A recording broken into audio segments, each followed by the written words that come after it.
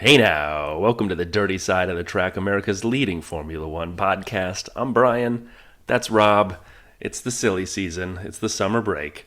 Rob, tell everyone what to expect on today's episode. Well, today's episode is actually being recorded on Sunday because as we came into the off-season, Brian and I were thinking, hey, we can have a couple of weeks off now, we can get a couple of episodes in the bag, and then we can just kick back and pump them out on a Sunday. Doesn't look like silly season's going to offer us much this year, so let's just, if anything happens, we can kind of decide to record. If not, we've got the episodes in the bag. And then it happened. But before we get into that, let's just do a quick setup of what's going to come today. So We're going to do news and social, where we will dig into the unravelings of silly season over the past week. Feels like it's been going on for much longer than a week, but it literally is just. It feels like Hungary was 2 months ago. It was last weekend. Then we've got the half-time report on our fantasy update. So we'll find out who came into the end and took the crown of mid-season winner.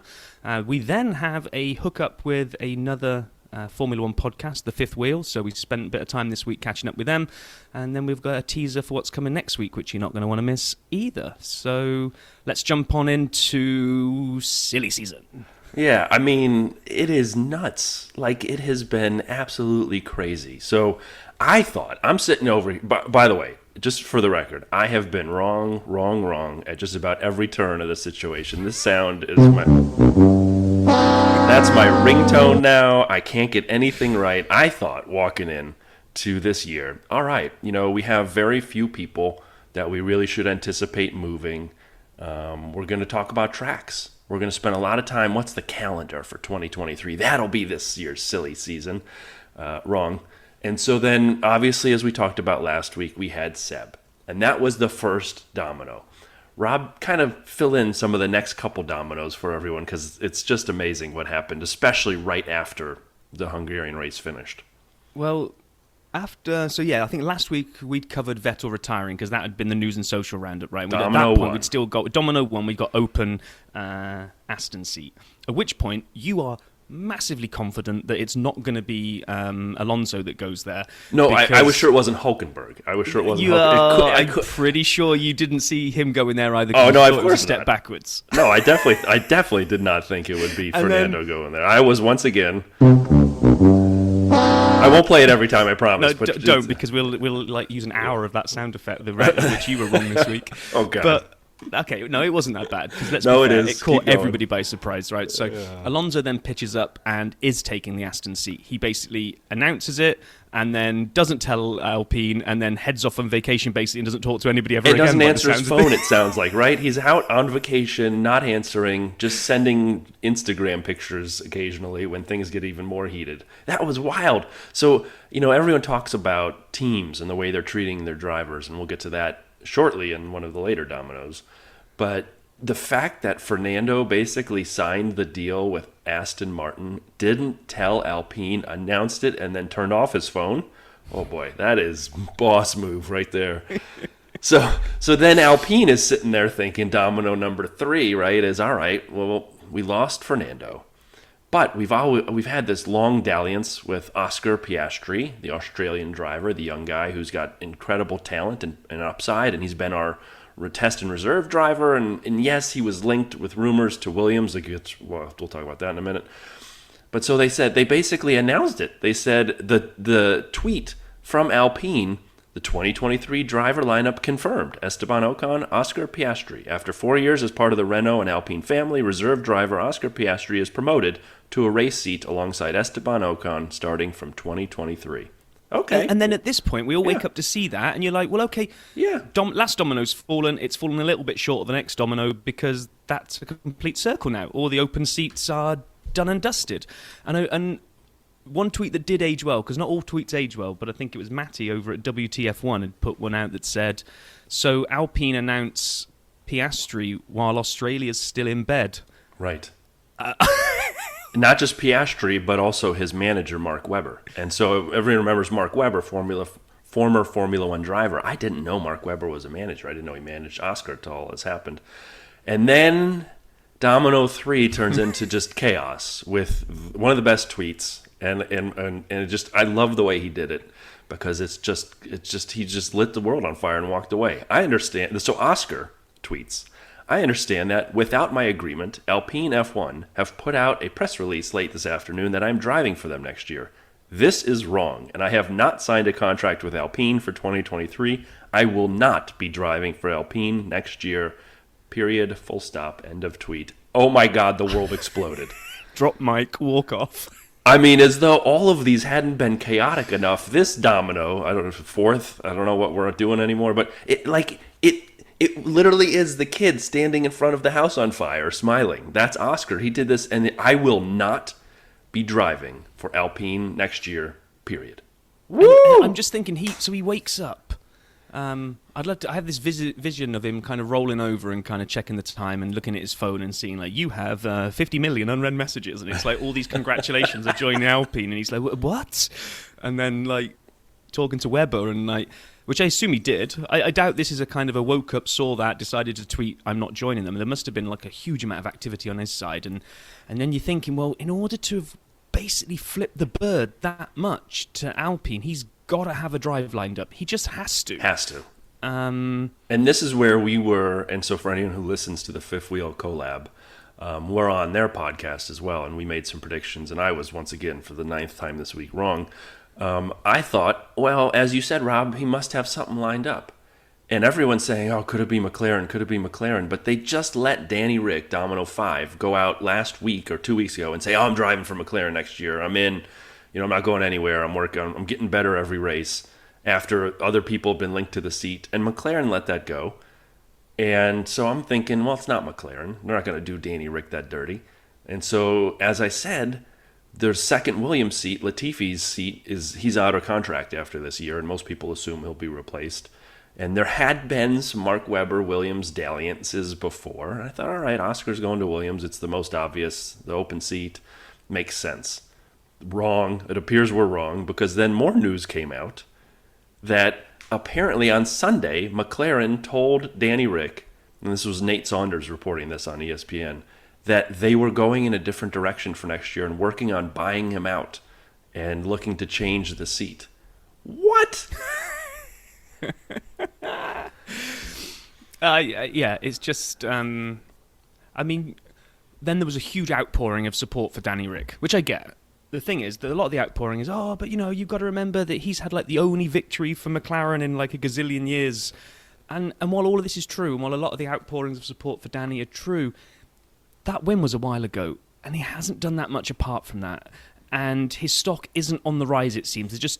I think I don't want this to end with Danny Rick not being in an F1 seat next year, because if this is all true and this is happening and they're letting him go and Piastri's coming in, then maybe he goes back to Alpine, goes back to his ex. It's a slightly different setup than it was from when he left, so it's not really like going back to your ex, I don't think. But he's got the talent, he has, and something just isn't clicking or isn't working, or just something over at McLaren isn't able to bring the best out of Danny Rick. And then you have to look at the flip side. He's not good enough to correct whatever it is and help bring that car back to him either. But we haven't had anything confirmed yet, right? I know Nate reported it, but we don't know that for sure. Yeah, no, that hasn't been confirmed yet. So effectively, we only have 2 confirmations of these dominoes we've described. Seb's retiring and Fernando's going to Aston Martin. All of the Oscar to McLaren, Danny Rick losing his seat, all of those pieces are not confirmed. However, what is confirmed and was confirmed, one of my favorites, Williams. Williams put out an announcement, 1500 BST, we've got an announcement, tune in, and the bug eyes. And then everybody's like, what in the world is happening now? Because it was right in the middle of all of this other chaos. And someone on Twitter said, it would be hard to believe that this is how they'd announce replacing Nicky Latifi. That would be sort of bad. And while we've seen drivers and teams behaving badly at this point, that's not Williams' style to do it that way. They'll do it behind the scenes, and as Jacques Villeneuve told us, they don't really hold on to champions either. So like they'll do what they need to do, but they're not going to do it with a tweet. And it wasn't Nicky Latifi. What they did was announced Alex Albon's contract extension, which is great. So kudos to Albon. But then Albon took, and this is why I love this stuff. This is why it's so great. If you haven't, he took Oscar's tweet and basically rewrote it. So that I understand that with my agreement, Williams F1 have put out a press release like that I am driving for them for the next years. That is correct. And on top of it, Oscar then replies to him and says, "Well done, amazing, congratulations to you." I'm like, what? We're inside the Matrix at this point. That was one of the best tweets ever. It was just pure genius. It was great, and I think all of this that's been going on literally all took place over about 48 to 72 hours. This is why I think it feels like Hungary so long ago, because so much seemed to happen over such a short amount of time, and now it's all like everyone's having a breath, and I'm sure we've got more to come yet, because like we just said, those other pieces haven't been firmed up yet. So I guess we just wait, see what next week brings now, right? But that's probably all we know about silly season right now. At this point, yeah. There are still some contracts that need to be signed. We didn't talk about Mick. Haas kind of backed away from pushing hard to get him signed quickly. I don't think that means he's going anywhere necessarily, although I've been wrong at every turn. I'd say the opposite. I'd say the opposite. I think there was... And while that Aston seat was open, I think Haas were maybe going to try to bolt Mick down quick, but under worry, because there was a lot of rumour that Seb was just having a word in Mick's ear, was going to get him to go over to Aston.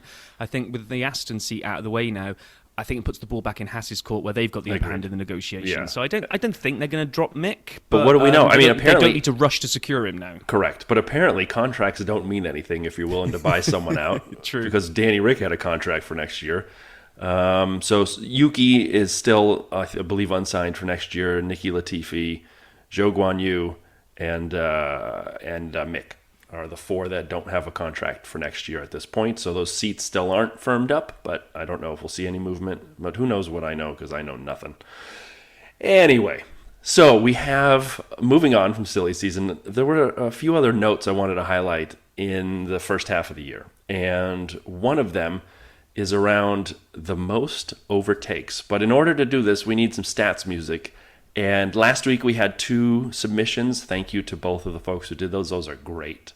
This week we have a new one as well. Rob, could you highlight who submitted this? Because there's actually a couple pieces to this one. Well, there is, but I'm going to really go into detail when we do the next part of this. So this was submitted by a guy called Andy Ellis back in the UK. He's in our fantasy league, and he's a musician, and he kind of sent us over this little Sapstat jingle.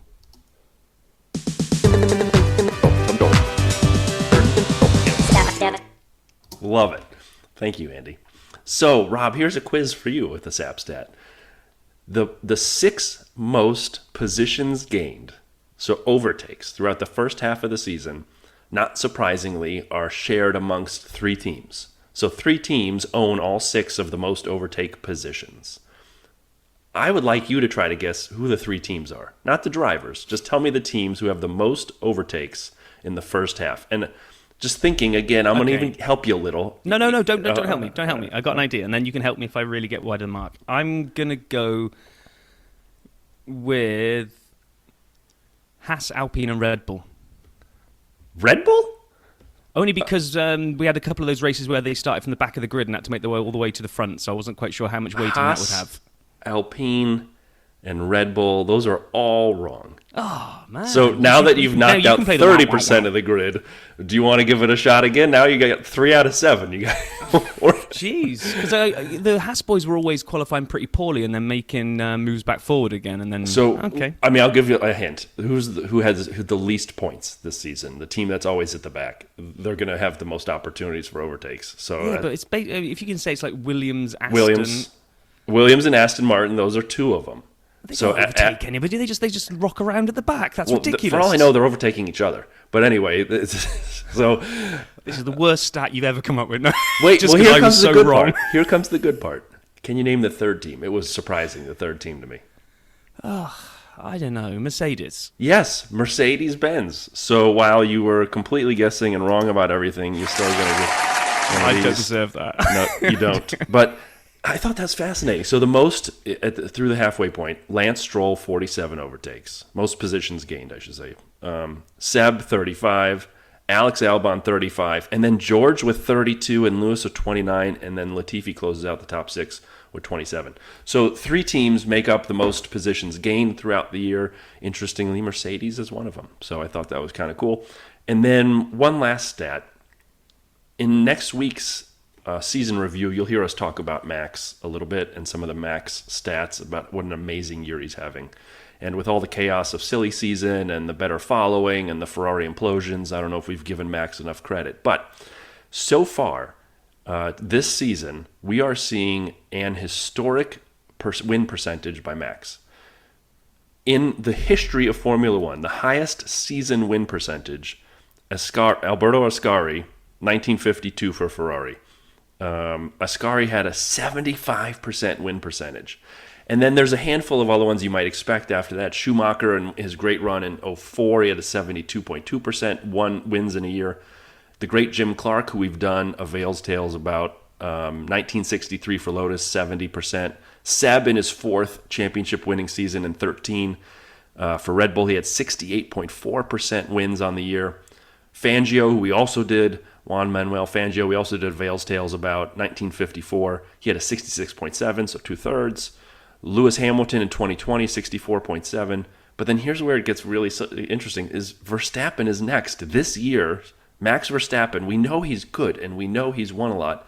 He's won 61.5% of the races. That makes him 7th all-time in win percentage in a season at this point. So he's on the verge of doing something amazing. And I don't know who's getting in his way in the second half. I haven't seen a contender step up. Mercedes may be a little better. Ferrari, if they can get their act together. But Max, like I said, it's a surprise when he doesn't win at this point. Yeah, no, that is amazing. Unless someone starts challenging, then you can see him winning a big chunk of what's remaining. And although, having said that, if he wins 2/3 of what's left, he isn't going to move that needle much. He's going to come out at about 2/3. He's going to be about 66%, right? So he is still going to need to do something special in the second half. But if he just, I don't see him. Ferrari took more off him at the beginning of this season because of how good they were, and before their strategy people woke up and started messing with things. So yeah, that's going to be insane. But anyway, those are your two stats for the week, right? Yep. Okay, so Andy sent us in that SAP Stats tune, and it was great. And then he sent me another one that said, oh, by the way, I did a 12-inch version of this as well. And then he proceeded to send us another clip. Do you want to set it up at all or no? Just play it. It's genius. Sandwich. Someone messing bread on the sides of his face, and they put Mercedes emblems on each piece of bread, and they wrote a Mercedes sandwich. No. And they wrote a Mercedes sandwich. No. If you take peanut butter and jelly, it's not bread, it's sandwich. Thing in the middle, it's not bread, sandwich. No. The meat, No. chicken salad, ham, bologna, turkey, tuna, cheese. I don't care. That's what the sandwich is called. That's what the sandwich is called. You cannot call it a Mercedes CC sandwich. No.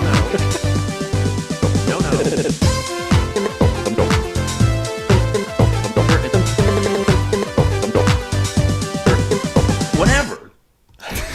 That may be the greatest thing I've ever heard.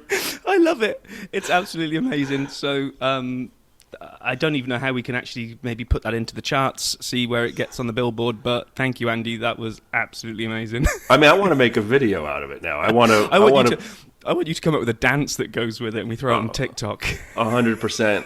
And then we need to put it everywhere. That is tremendous. So just for everyone's benefit, a couple weeks ago, if you remember, Lando qualified like 5th in between George and Lewis and George, whatever.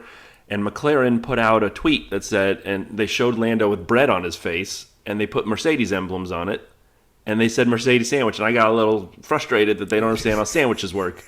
Because you don't name it after the bread, name it after the meat. And so that is epic. I mean, I can't thank Andy enough. That I've listened to that 100 times and laughed every single time and love it. Yeah, so Jim and I went down to the bar one night and had that pumping in his truck real loud. It was sad but true. It was amazing. So while we're giving some kudos and shouts out, we have two other ones that we want to do. First, listener Lee in the UK. He was on 100 seconds early into the dirty side. Lee is amazing, and he's a great guy. And we've had a lot of fun interacting with him on Twitter. And out of the blue, he surprised us very recently with a Discord server. And it is amazing. And he set it all up, and it is just tremendous. Now, Rob and I need a little time here over the break to kind of get our arms around how we want to manage this. But it'll be coming soon, and it's all to the amazing time, generosity, and thoughtfulness of Lee. So Rob, what would you add something here, because I'm just blown away with how amazing that was. I got nothing more than cheers, Lee. You're a good one, and we will make sure we get that sorted. My son is a big Discord user, so he is going to become our Discord intern, because we're not leaving this with Brian. Oh yeah, no, definitely don't want that in my incapable hands. And then a second listener who we wanted to highlight, who is a dirty sider like the rest of us, Lynn. She was also on 100 Seconds fairly recently. And Lynn made it to the Montreal GP this year, and she had a great time and was thoughtful, kind, and amazing, and said, you know what, we're unable to make it next year, her and her husband, and said, would you two want to take the seats for a year? And we said, of course, thank you. And so we will be going, Rob and I. We're waiting on the calendar dates to make sure we can confirm, but we're planning on attending the Canadian GP next year in Montreal. I know. I can't tell you how excited I am. I'm trying not to get excited yet because, calendar hasn't been announced. The one thing that, if it's around the same time that could clash with, is my son's high school graduation. So I'm just praying beyond praying that the calendar is kind to us. And as long as it is, we're off to Canada, baby. First of all, have your wife hold up the phone and be on FaceTime is what I'd recommend. No, but so Lynn, a shout out to you. That's amazing, thoughtful, and kind, and you are just too nice. And so thank you for that. And so JP, we'd been going back and forth on who was going to make it another Dirty Cider to GP first, and so we'll be going to Canada, but we don't know when that is. So we'll see when it happens. And then just a couple quick items on videos that came out this week. We've done a lot on social because of the silly season. Formula One dropped the world's shortest driver's challenge. In the middle of this, with no races, we need content, and they gave us 2 minutes worth. Like, come on, man. You couldn't have extended this a little bit, given us some outtakes, but they had F1 drivers drawing t-shirts, and you should go check it out. It is, just watch Yuki's. If you guys haven't seen it, it's on the F1 channel. F1 drivers design t-shirts. Yuki's is amazing. WTF1, and I know what Rob. This is a fantastic video, and I commented it on Twitter. I said it was both hilarious but a knife through the heart in the same manner, because it's basically Matt's journey from the beginning of the season to the mid-season point, and you can there's a clip on it where he stands aging. up, where he stands up. It's when Charles goes onto the hards, I think it is, and they're doing the live racecast, him and Tommy, and he just rips his headphones off and just stands up and goes, "Look how slow he is, Tommy! Look how slow!" and just rants off. And that was pretty much every Ferrari fan in the world at that point. But it's a great watch. Yeah, that's on WTF1. Just a great watch, as Rob said. The F1 team's summer break evaluation from Connor Moore. Connor Moore is really good at he effectively, for people who haven't seen it, he effectively impersonates the team principals and drivers for a handful of the teams. And it is hilarious. I mean, I loved it. I've loved every one of his videos. He does so many different sports. He does loads of ones for the Premier League soccer as well. He's just, the guy is. It's not just about the voices either, is it? It's the mannerisms. He fully gets into character. It's just fantastic. I mean, I rewatched that as many times as I listened to the Sandwich Rant. And then McLaren not wanting to be out McLarened in the middle of being mean to Danny Rick put out their unboxed Hungary video. Hungary for more. It was not good. Don't watch it. And then Charles did a video, 24 hours in Monaco, day in the life, Charles Leclerc channel. Yeah, I watched it. Was I envious the entire time? Maybe. But go check it out. It is a good way to see how a driver lives, and on an off day. So those would be my notes. No, I think that's a bumper edition of News and Social, but for good reason. So I think before we just go over and listen to when we caught up with the guys over at Fifth Wheel, we need an announcement. We need to do our halfway fantasy update, right, Brian? We should. And since we recorded early last week, we didn't even have the Hungary results, and I want to make sure that those folks get the appropriate attention from last week, because it was an amazing week. So Cruz R in the Cruz seat. 268 points at Hungary. Used a mega drive, but that is amazing. Over 100 points in front of the second place finisher, Red Bolino, Balotelli 21, and then Vroom Stappen, Stephen Yu, right behind, a point behind, and then Abby W, a point behind Stephen with Team 1, and then finally in the top 5, Cy M, safe bet. Cy, we've talked about you a couple times already this season, really doing well. 5th place, and it was pretty close from there on in.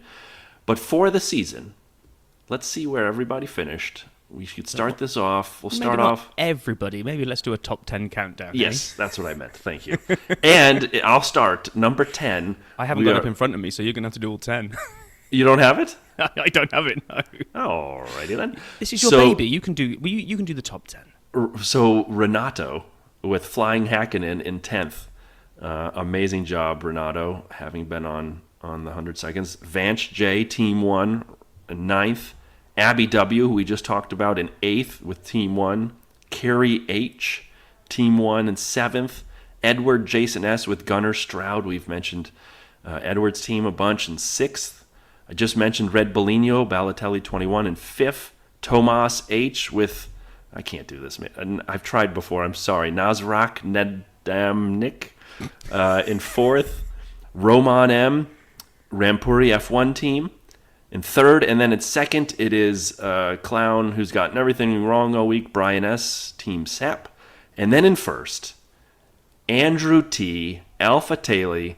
Andrew T dominated. And we were trading some notes. I'm fairly certain Andrew and I were trading notes on Twitter, and he finished, get this, 31st in the world. Out of 1.5 million people, Andrew T, who won our first half league, Alpha Taily, 31st in the world. So, for everybody who finished behind Andrew T, don't feel bad. We lost to one of the best in this first half. So, Andrew, I'll reach out. We'll get you a prize here shortly.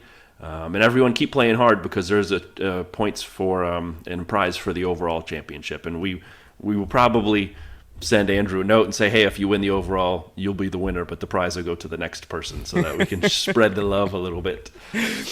Oh man, you were already considering him the equivalent of Max in our championship, right? No, I'm just saying, I don't want anyone to give up. There's still more prizes coming out there. Well, this week we've been busy, actually. We've sat down twice and recorded content so that we can have a little bit of a break as well. And first up, you're going to hear when we got together with the guys over at the Fifth Wheel podcast. And if you then stay tuned for after that, you'll hear who we caught up with for next week's episode when we give you a preview there. Okay, this week it's our pleasure to welcome to the dirty side of the track another podcast, which is a first for us. So welcome to the dirty side, Andrew and Achintia from the Fifth Wheel podcast. Let's go. Yeah, happy to be here. Welcome, fellas. This is amazing. So Very excited. I'm curious, right? As one sort of American-based F1 podcast to another who started fairly recently, like how did you guys get started? What was kind of the mindset and the thought to say, you know what? We need a podcast. So I think we all got into F1 in different ways. I'm going to start first because I think I got into it before everybody else on the podcast, but it all kind of came together.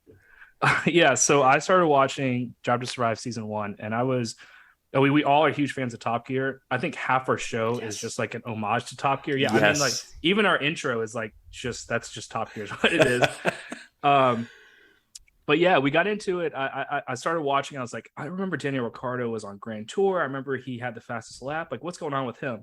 So I started watching, got really into it, and I started watching the 2019 season. I remember seeing Daniel Ricciardo snap off his front wing in Australia. I was watching on my phone the illegal stream, with like the little cat that's like, dancing. I don't know if y'all ever had to resort to that, but I was there before F1 TV, all this stuff. So I watched the first season by myself in my like fraternity house, room, in bed on my phone. And I started getting into it and I was like, oh, this is kind of cool. And so I started watching more and more and slowly started telling people, and I was like, F1, like who cares, right? It's a European sport, Formula One, as people were saying, it's kind of hard to get over what Talladega Nights did years and years ago to the F1. Formula Yeah, exactly. There you go. You got it.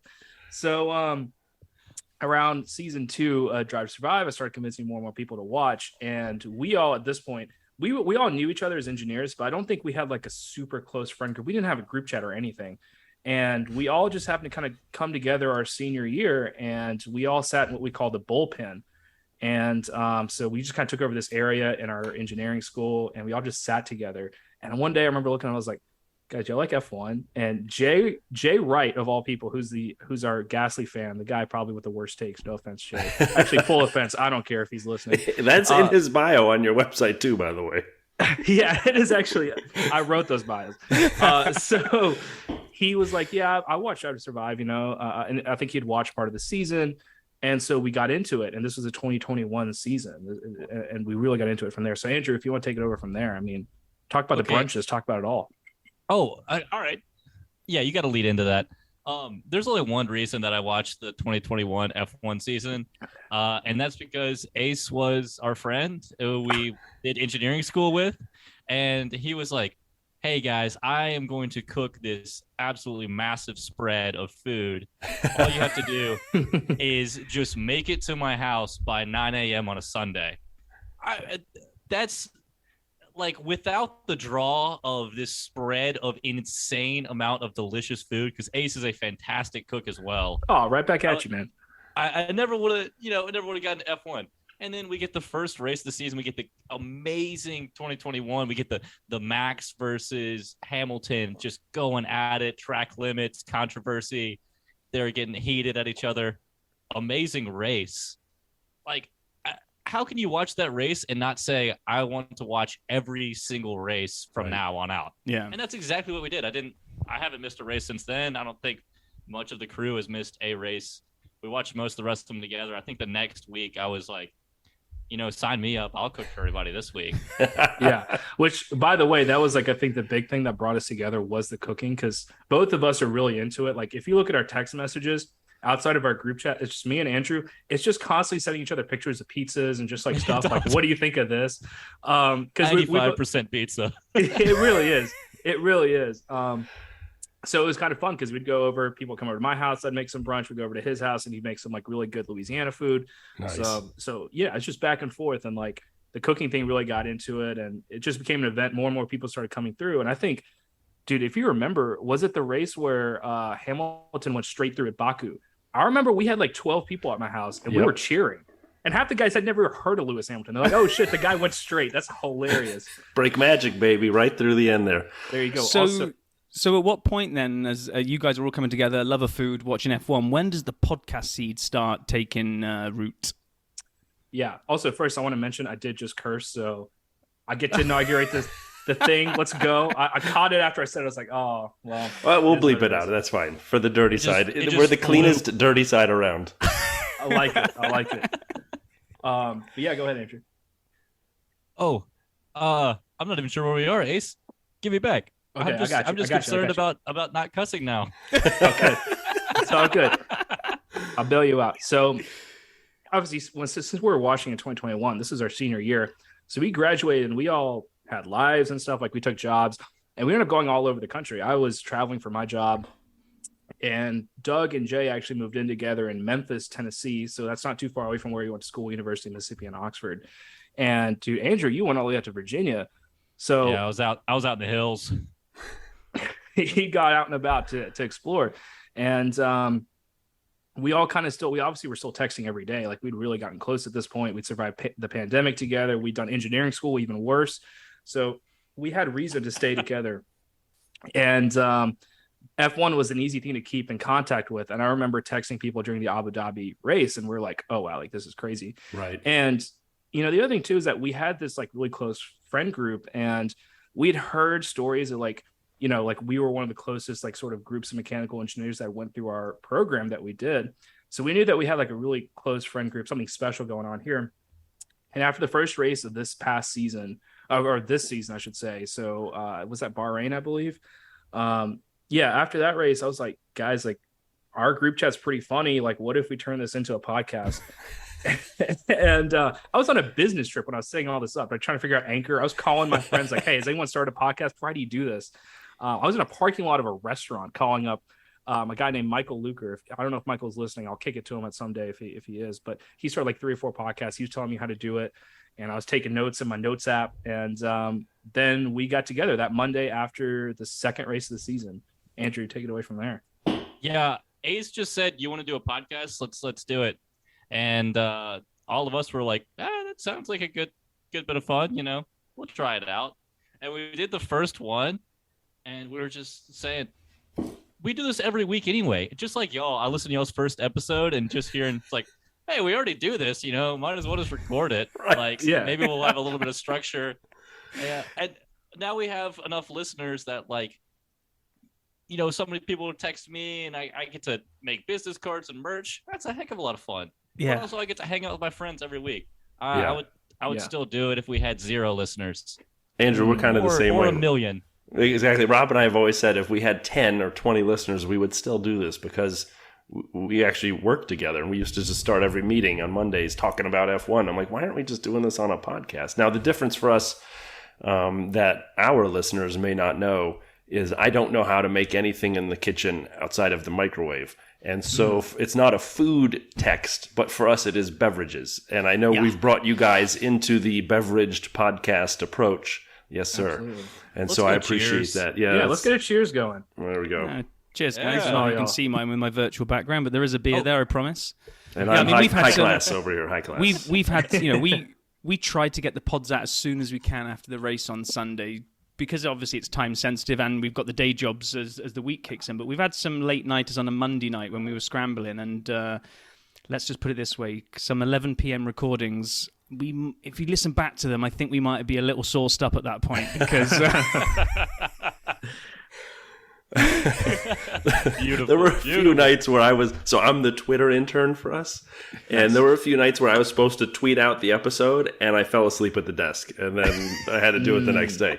But anyway, so then I guess, it's a fascinating way to get started. And I love the love of food bringing you guys together and then into F1. And as, fans from the Drive to Survive era, I guess I would have a non-podcast question kind of getting into some of the racing. So focusing on 22, right, so far this season, for both of you, what's been your favorite either moment or race so far in 22? I'd just love your perspectives. Yeah. Andrew, go ahead. Oh, I got this one easy. I have never been so happy to cheer for a horrible performance as Lewis Hamilton's P16 qualifying. I mean, you can't be at the top of the mountain forever, and it just seems inconceivable that could happen, and it happened on pure pace, and it was just like it's this giant that is there and like seems absolutely unbeatable, and then it's like they're kind of bad actually. I think the Haas's did better than them that week. Did. Yeah, that was early in the season. I remember that. So that interesting. Yeah, that was a humbling moment, I think, for Mercedes. For sure. Also, you can tell my Red Bull fandom just shining through. No. So wait, hold on. So then I have a question for you. Like your Red Bull fandom, is it driven by Max, or do you share some Checo love that I have as well, or is that not a thing? Is it more Max? I just have to know what we're dealing with here, because I've heard your Max passion, but I didn't know if you have Checo too. Vamos, Checo. I love Checo. I can't get enough. I love him. Yeah. Love him. I was in Mexico a couple of months ago and saw just an insane amount of Checo gear, and just a Vamos Checo to somebody on the street was just awesome. That was amazing. That's amazing. What about you, Achinta? What's your favorite part so far of the season? Yeah, so I don't know if favorite's the right word, but I think it was when I felt the most emotion was after the first race, and I'll tell you why. So first of all, one of our listeners / one of my good friends, Rhodes Walker, if you're listening, Rhodes. So we made a bet. We made a bet about where McLaren and Ferrari would finish the season, and I thought that Daniel Ricciardo was going to come back and just wipe the board clean. This car was going to fit him so well. And that wasn't what happened. I think he finished like P16, P17. Like he finished really far back, and so did Lando. So, and the result was like we had our bet set where if I won, he had to get a neck tattoo that says Forza Ferrari. Oh, man. And the thing is, he's about to get married, and he's actually going to the beach for his honeymoon, or he's going to Puerto Rico, I think. And I was talking to his fiance, and she's like, "I hope you win, so that he has to take his, pictures for our honeymoon with that on his collarbone." Unfortunately, I think I have to get.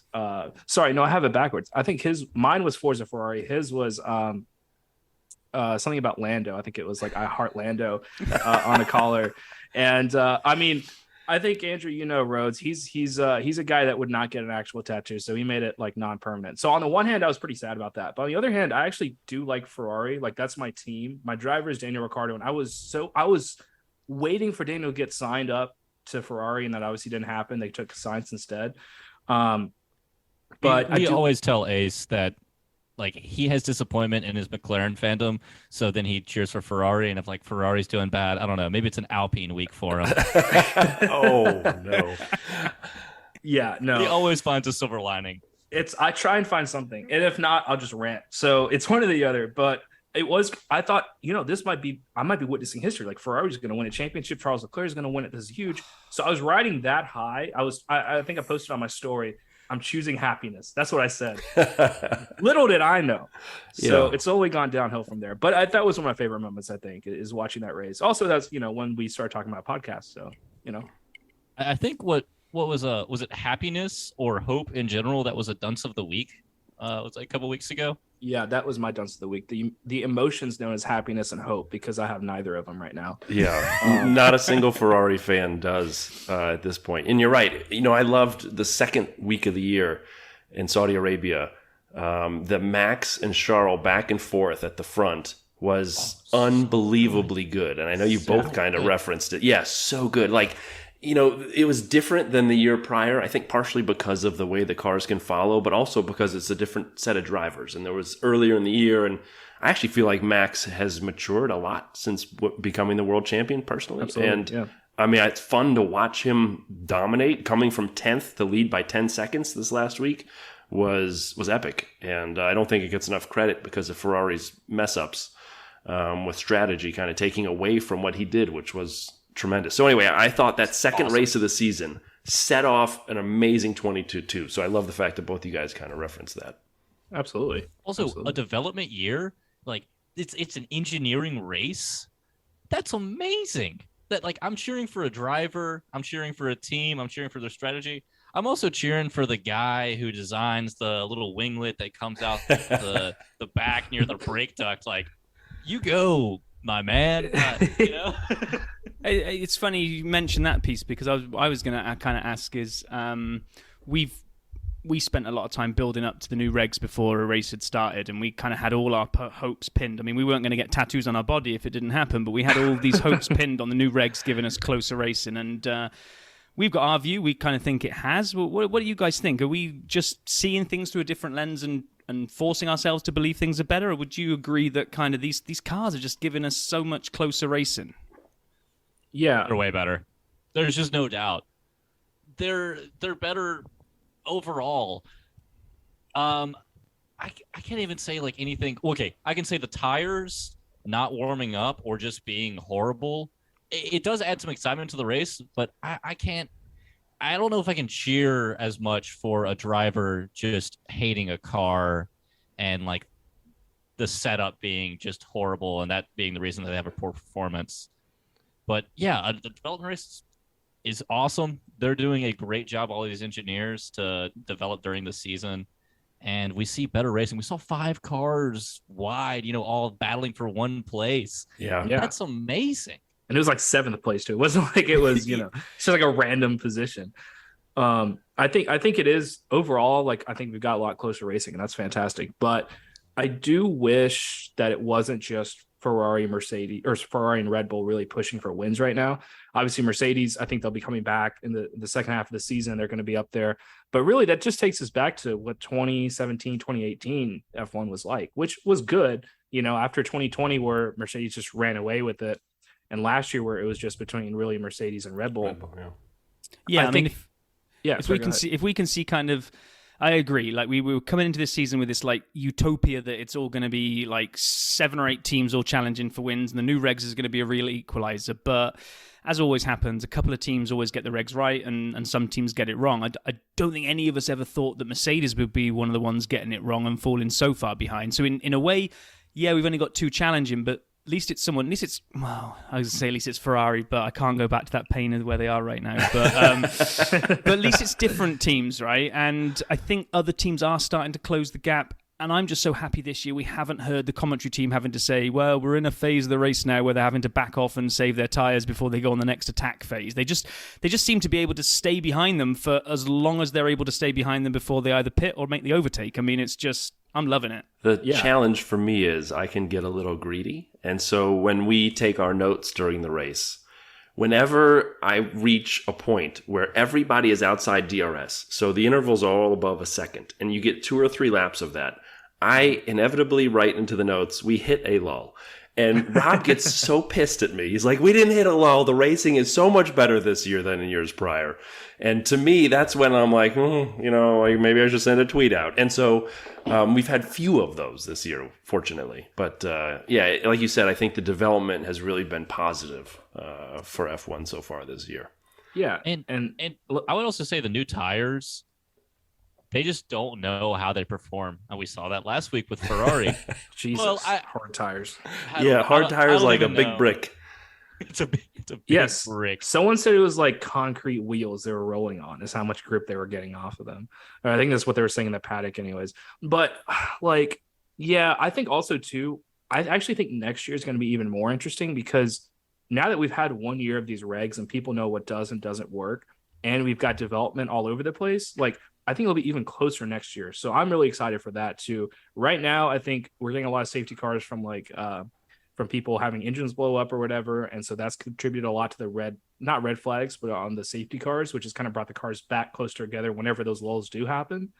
But no, I think between that and also I'm just curious to see how the cost cap's going to hit people towards the end of the season, because that might change some things. Yeah, there was a whole bunch of stuff flying around, mainly from Horner not long ago, kind of going, I'm not even sure that all the teams will be able to finish the season. And I'm kind of thinking that's a little bit of theatre on his part to try and put some pressure on the FIA to relax the cost cap. But it does make you wonder, like, if certain teams have blown all their development budget early on to get a kind of an advantage at the beginning, does everyone else start catching up? Is that what Mercedes are doing at the moment? If we can get Mercedes joining the group and one other, whether it's McLaren, Alpine, or whoever, if we can suddenly get 4-way battles for the lead, that will just be phenomenal. I'm not sure we'll get there by the end of this season, but I'm with you. I think next year could be even closer.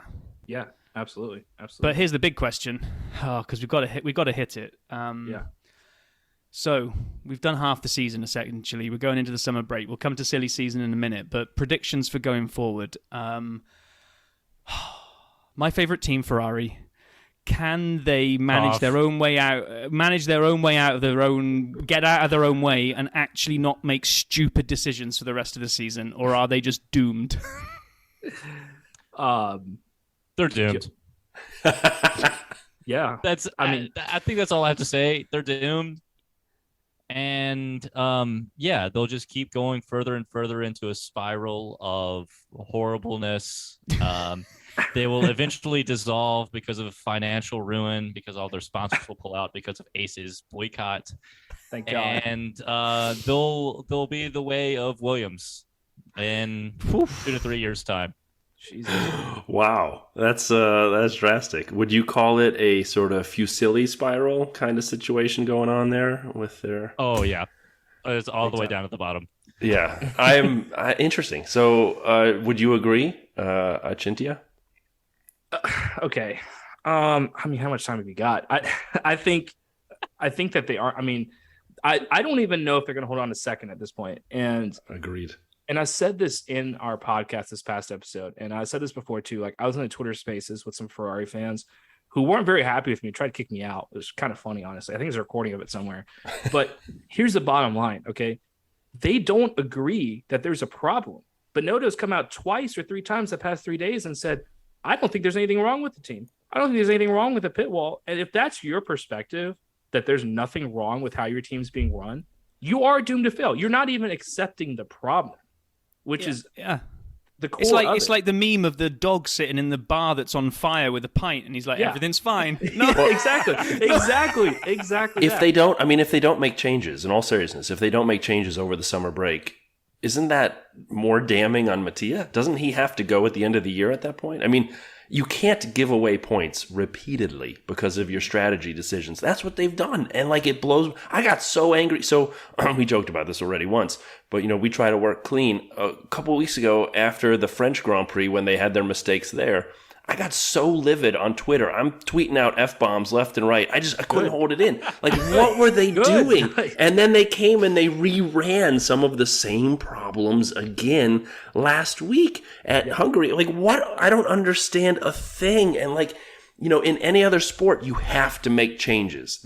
Something has to be changed. And then just to cap it all off, that almost got me to throw my laptop out the window and say I'm never watching F1 ever again, was when Ferrari social media put that little animated sequence out of the Hungarian Grand Prix as if to celebrate what a great success it was. Oh, yeah. And they actually showed like the close-up of, hey, here's a medium tyre, look at this white stripe going on. Like, why would you celebrate that? Just back away from it. Pretend it never happened. Don't celebrate it. The bomb went off in your hand. Let's stop looking at it. It makes me so mad. Rob, I'll tell you this, first of all, if you do end up throwing your laptop out the window, which I'm pretty sure will happen by the end of the season, whenever you replace it, make sure you buy a computer that doesn't have a Snapdragon computer chip in it, because we're banning those. Okay, Intel or Mac only. I'm sorry, I'm not making the rules.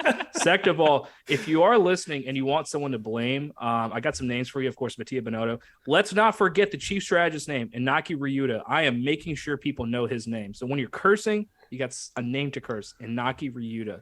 All right. I will say, after listening to your rant about all the things that we should boycott because of how bad Ferrari are, I drove past my local Shell garage yesterday and went on to the next station just to fill up. It cost me 2 cents a gallon more, but I went there. Well, hold on. I love that. I love that. But Rob, we are an American podcast, The Dirty Side of the Track. You went by your Shell what? Oh, garage. I'm sorry. Thank you. I'm sorry. I know you're in Connecticut with the funny accent. I just wanted to get it right. Oh, that's awesome. They were already taking money away from him. Thank God. So, as we kind of look at the idea you guys, launching the podcast and going through the first half, getting back to the podcast itself, to the fifth wheel, which I do recommend people subscribe and follow. What's your favorite moment of your pod so far? Like, as you look back, what's something that you say, man, I'm really happy we did this because of this? Yeah, that's great. You want to start first, Andrew? Yes. We had an episode, I think it was 2 weeks ago, where Ace references the black and white flags at one of the tracks as similar to the cops along a small 55-mile-an-hour speed limit in central Mississippi.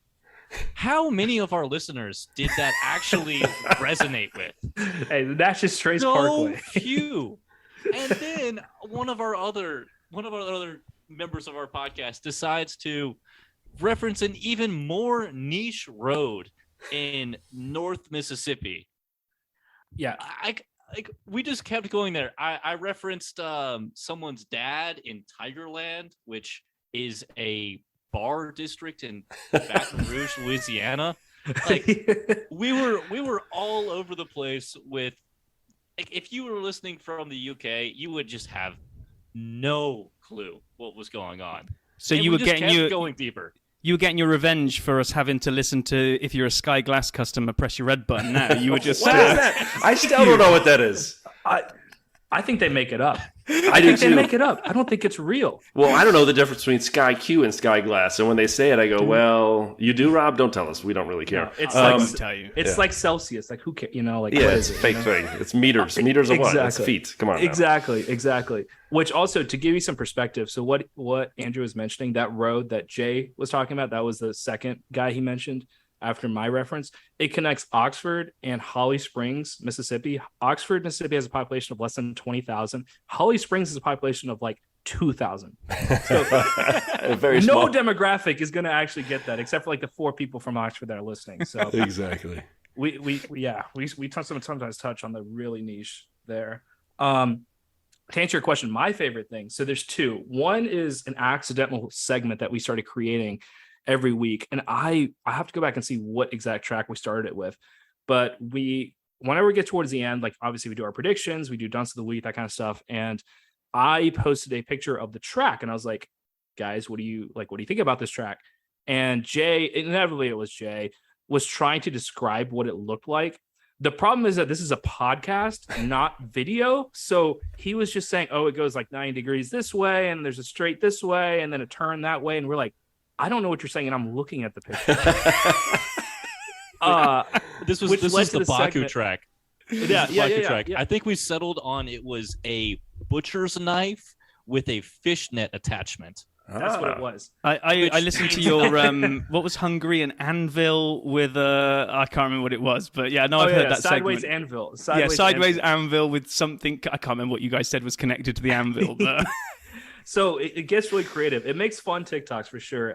Really paying when I edit them. But that's been a fun segment, I think, that no one else has really been doing. So we'll take credit for that one. Adding something Maybe for different to good that one. reason, but Yeah, maybe just because it's bad podcasting, but No. we do that. But another one I want to mention real quickly. So we started having like our listeners send in predictions, and one of our dear sponsors is actually Jay's mom, Marilyn Wright, and she listens to our podcast. Which, by the way, when the first time he told us that, I was actually kind of like, I'm cursing a lot, like I'm saying a lot of bad things. Like, we all are. Like, are you sure you want your mom to listen to this? But she's listened to every episode. She's our greatest sponsor. Like, she supports us. She threw a lunch party and actually put up our business cards and made everybody that came to the lunch party scan and like follow us. They're not even F1 fans, just random people in Kentucky. But she sent in some predictions last week, and she got every single one of them right. She got every podium prediction right. No. Yeah, first, second, third, all of it. Now, we have a rule where if you get those 3 predictions and the bold prediction that's attached to it, you get to come on our podcast and take someone's spot. So 2 weeks ago, we actually had someone do that. Ethan Hassett, who's one of our good friends, he took over Andrew's spot. it was tough. Yeah, Andrew got kicked off, which is hilarious. It made a better episode, honestly. I think the ratings are there too. No, I'm kidding. Maybe. But so Miss Wright got all 3 of them right. The only last point was to make the bold prediction correct. Now, her bold prediction, and this is for the last race, We're hungry. was that I would be happy about how Ferrari did. Ouch. Yeah. And it was so sad because she almost made it. But that was one of my favorite moments because we didn't even know that was a prediction sent in. I didn't know till whenever you listen to it on the podcast that actually been sent in. So Yeah, Yeah. the mics clipped so bad after that segment. Once we reveal it, the mics just, the levels just go through the roof. Okay, well, we're kind of running out of time here, so I'm going to get you two. I'm going to put you on the spot. So I'm not going to ask you who's going to win either the Drivers' Championship or the Constructors, because that's Max and Red Bull. That's kind of fact. So who's finishing second in each one? We'll go as I see the order here. Andrew first. On the spot. Yep. Sergio Perez just cruises through the next half of the season. My dad is going to be insanely happy. And the Constructors' title, second place, goes to Mercedes. Oh, they take it off Ferrari, do they now? Okay, Chinta, over to you. yeah, I think I'm going to disagree with you on the second. I think it's going to be Leclerc. I think he's going to get Perez hasn't been doing as well recently. I think Leclerc can probably, if his car finishes races, can probably outpace him. But he's going to be really pissed and he's going to be very angry. And hopefully that fuels the revenge that we need Leclerc to have to become the next Schumacher. But no, I think you're right about the second place. Doug and I on our podcast have been saying this for a while, that Mercedes might win the Constructors' Championship all right this year, which I'll be honest, is not looking the best. But second place, I can see that. Ferrari, they're going to find a way to bottle it. And I honestly hope that happens so that there's no choice but to fire Mattia, but we'll see. They're handing away points left and right. You just cannot do that in a championship battle. You cannot purposely make mistakes that lose you points every friggin' week. It just, sorry, as we said before, I got quite angry the last couple weeks. Please let it fly. I completely agree with you. If you just bin it that bad, you cannot still make the little car animation and post it on your socials after. You just gotta tell that Right. guy to take a day off. Right. Yeah, in lieu of posting the Ferrari race beats this week, we're all going to learn what strategy means. We'll see you next week. Guys, we could Beautiful carry take. on chatting for ages. It's so cool to kind of just catch up with like-minded souls that are doing the same thing and just doing it for the love of it. So thank you so much for coming on, guys. It's been a pleasure. Absolutely. Thank you all for having us. Absolute pleasure. Thanks for having us. Yeah. That was great. Thanks again to the guys at the Fifth Wheel. We had a lot of fun. And as we did and hinted at, you'll hear us on their podcasts. Just as a note to Dirty Siders, interestingly, we're the dirty side, but we keep it clean. On their podcast, we did not. So if you're listening with sensitive ears or young people around and you listen to theirs, just be prepared. Yeah, we may have profanity. we do very well here. We have, like you say, we don't curse because we're trying to keep we don't want that E rating on our pod, but those guys do. So we kind of we loosened up a bit, didn't we, Brian? Yeah, however that works. But it was great. Despite what's the obvious age gap, I do like the fact that when you're talking about something like F1, it doesn't really matter, right? You can just you will just chat along. And it doesn't really matter the fact that we're basically twice as old as those guys. Were we? I didn't notice.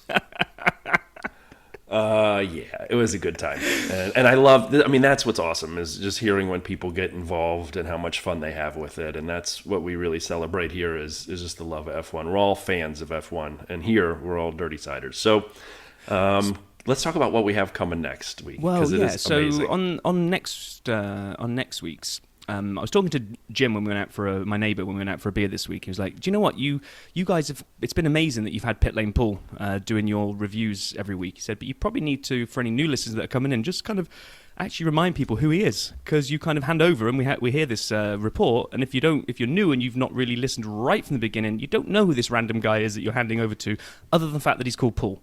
So, on that note, if you are new, we are lucky enough to have a friend who works in Formula One. He works for Valtteri, and he's a fan of the show, and he's been on and done a couple of old episodes. If you go back through our episode list, you'll want to see one called about the Braun GP year, and that was us interviewing him.